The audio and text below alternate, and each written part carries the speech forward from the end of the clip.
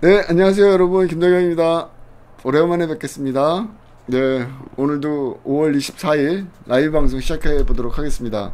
오늘은 뭐 여전히 성관이 얘기 저는 좀 계속 좀 여러분께 말씀드리려고 하고요. 성관이의 이 자식사랑, 넘치는 자식사랑에 대해서 좀 얘기를 좀 해보도록 하겠습니다. 뭐 지금 원래는 뭐 사무총장, 박찬진 사무총장 얘기만 나오다가 이제는 와, 결국에는 6명으로 늘었어요, 지금. 예. 제주도에 이어서 세종시, 그 다음에 경남, 어디, 뭐, 성관이 있는 과장급 자녀도 또 상구이라고 합니다. 자녀, 이 경력직 채용에, 이제, 아버지들이 결부가 된 거죠. 이게 참 저는 너무너무 웃긴 게, 왜 이 사람들은 이렇게 한결같이 모든 것들을 다 셀프로 하려고 그러는지 모르겠어요. 뭐 이렇게 셀프를 좋아하는지. 뭐 아니 조민 사실은 표창장 위조도 셀프 위조 아닙니까, 어떻게 보면은.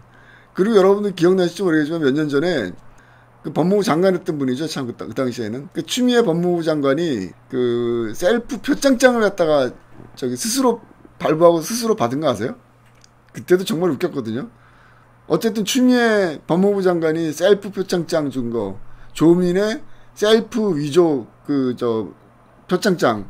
게다가 또 성관이의 이 부도덕성을 두둔하고 있는 게 지금 더불어민주당입니다.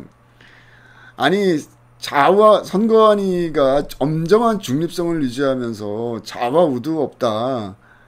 뭐 여당도 야당도 없다. 정치로부터 무관하다라고 맨날 얘기하는데, 아니, 왜 이렇게 더불어민주당은 선관위를 옹호하는지 모르겠어요. 이것도 좀 이해가 안 돼요. 어쨌든 간에. 그러니까 결국은 한통속이란 얘기겠죠.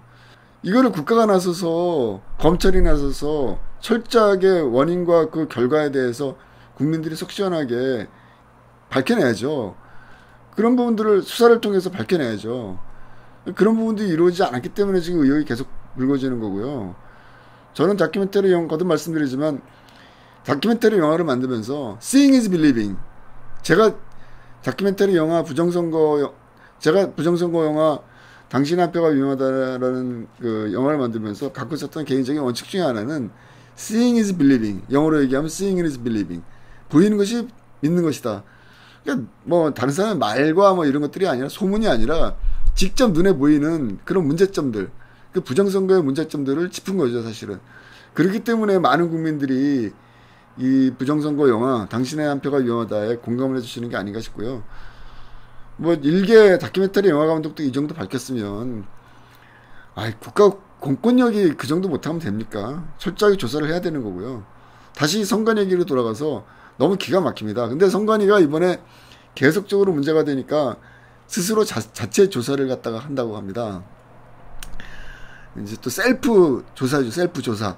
이 사실은 그동안 여태까지 계속 진행돼 왔더니 선관위의 온갖 파행과 문제점들, 이 넘치는 자식사랑으로 인한 이 부정비리, 이런 것들을 선관위의 이런 그 자체 셀프 감사에 대해서 국민들이 정말 수긍을 할까요? 그 의구심이 사라질까요?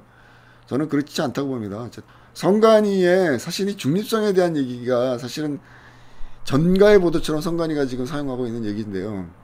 일단 이 부분 제가 좀 조사를 좀 해봤어요. 이거 하나하나 좀 얘기 좀 드리고 싶은데, 그러니까 우리나라 같은 경우가 사실 선거관리위원회가 모두 똑같은 기능과 똑같은 위상을 갖고 있는 거 아닙니다. 우리나라는 이게 좀 약간 좀 중립적이고 또 이런 부분들이 강조되다 보니까 헌법에서 독립기관으로 이렇게 분리가 되어 있는 상태예요. 그러다 보니까 선관위가 지금 이렇게 오만방자한 짓거리들을 다 하고 온갖 부정들을 갖다 저지르고 있는 하나의 그 근거인데요.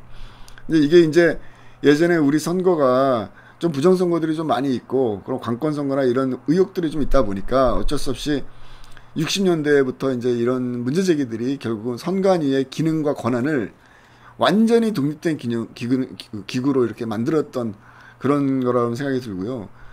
제가 조사를 해보니까 영국이나 이탈리아 이렇게 안 합니다. 내무부 소속, 우리식으로 치면 내무부에서 관리를 하고 있어요. 그러니까 영국과 이탈리아는 우리나라 내무부와 같은 행정기관 내에서 선거를 관리합니다. 선거를 처리합니다.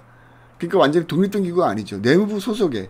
그러니까 우리로 치면은 내무부 장관의 관리 감독을 받는 것입니다. 그리고 일본 같은 경우에서도 일본 행정부 내에서 선거 사무를 갖다 담당하도록 되어 있어요. 그러니까 말 그대로 일본은 이제 의원내각제다 보니까 그 총리가 중심으로 한 행정부가 중심으로 한 총리를 중심으로 한 행정부에서 이 선거를 관리하는 담당 부서를 갖다가 만들고 그 안에서 선거 사무를 담당하고 있습니다. 그러니까 이게 제가 드리고 싶은 말씀은 선관위의 이 독립성이라는 것은 사실은 각 나라가 처한 역사적인 경험과 그 나라의 정치적 환경에 의해서 결정되는 것이지 무소불위의 절대적 권력이 아니라는 거죠. 그거를 모르고 이 사람들 지금 계속해서 어떻게 말한다면은 마치 선관위가 이래야만 된다. 독립돼야 되고 어디로부터 관여를 정치적인 간섭을 갖지 말아야 된다. 뭐 이런 얘기하면서 아니 그러면서 왜 자기네들은 이렇게 부정부패를 저지르냐고요. 아니 지금 불거진 의혹들 너무 기가 막힌 게 선관위 자식 채용의 최종 결제자가 아버지였다는 거 아닙니까? 아버지. 아니 진짜 이거 너무 웃기지 않습니까? 응? 선관위 자식 채용을 하는 데 있어서 이 결제자가 최종 결제자가 아버지였답니다. 아버지 본인. 이러니 국민들이 가만히 있겠냐고요. 지금 이 문제에 대해서 말이 안 되는 거고요. 그 다음에 이제 두 번째로 이 부분도 제가 좀 조사를 해봤어요. 이 굉장히 재미난 부분인데 지금 이 선관위 박찬진 사무총장을 비롯해갖고서 6명의 이 선거관리위원 직원들이 고위직 직원들이 벌인 이 말도 안 되는 착태가 왜 문제가 되냐면은 우리나라 공무원 행동 강령이라는 게 있더라고요. 그러니까 여기에 보면은 그러니까 자기 자식이죠. 자기 자식이나 친척 이런 것들을 비리를 방지하기 위해서 만든 일종의 행동 강령이에요. 공무원들의 준칙이죠.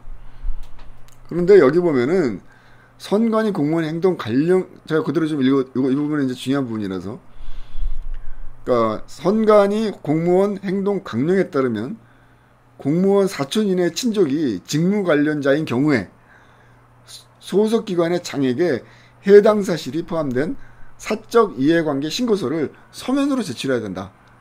이게 준칙으로 되어 있는 겁니다. 행동 강령. 이거를 위반하면은 파면되는 거예요. 뭐 좀 심각하게 봤을 때는.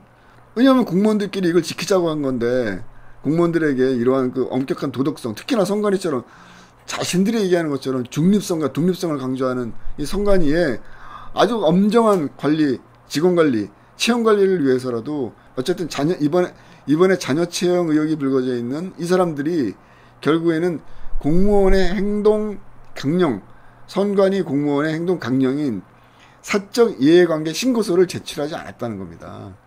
규칙을 지키지 않은 거죠. 이래놓고서 무슨 중립성을 얘기합니까? 말이 안 되는 겁니다.